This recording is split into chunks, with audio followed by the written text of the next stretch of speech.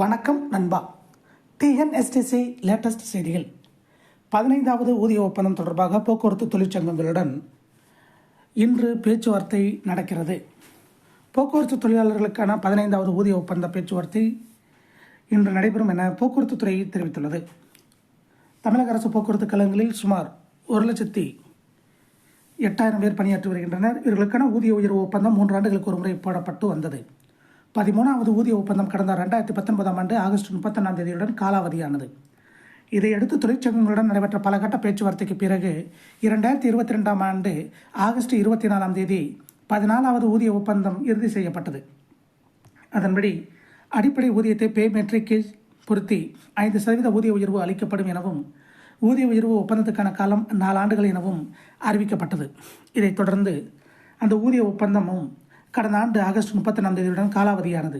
இதனால் 15வது ஊதிய ஒப்பந்த பேச்சுவார்த்தையை விரைந்து தொடங்க வேண்டும் என்பன உள்ளிட்ட கோரிக்கைகளை வலியுறுத்தி தொழிற்சங்கங்கள் வேலைநிறுத்தம் உள்ளிட்ட பல்வேறு நடவடிக்கைகளில் ஈடுபட்டனர்.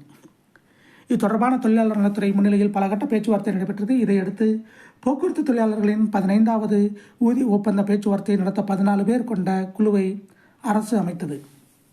இதையடுத்து கடந்த ஆகஸ்ட் 27ஆம் தேதி சென்னை குரோம்பேட்டையில் உள்ள மாநகர போக்குவரத்து கழக பயிற்சி மைய வளாகத்தில் 15வது ஊதிய ஒப்பந்த பேச்சுவார்த்தை குழுவின் கூட்டுநர், மாநகர போக்குவரத்து கழக மேலாண் இயக்குநர் தலைமையில் முதற்கட்ட பேச்சுவார்த்தை நடைபெற்றது. இதில் 85 சங்கங்களைச் சேர்ந்த நிர்வாகிகள் பங்கேற்றனர். இதையடுத்து 2 நாட்கள் பேச்சுவார்த்தை நடத்த அரசு திட்டமிடப்பட்டது. அதன்படி கடந்த டிசம்பர் 27, 28 தேதிகளில் பேச்சுவார்த்தை நடத்தப்படும் என அறிவிக்கப்பட்டது. இந்நிலையில் முன்னாள் பிரதமர் மன்மோகன் சிங் காலமானதை அடுத்து பேச்சுவார்த்தை ஒத்திவைக்கப்பட்டது. இதையடுத்து வரும் 13, 14 ஆகிய தேதிகளில் சென்னை குரோம்பேட்டை மாநகர போக்குவரத்து கழக பயிற்சி மைய வளாகத்தில் ஊதிய ஒப்பந்த பேச்சுவார்த்தை நடைபெறுகிறது.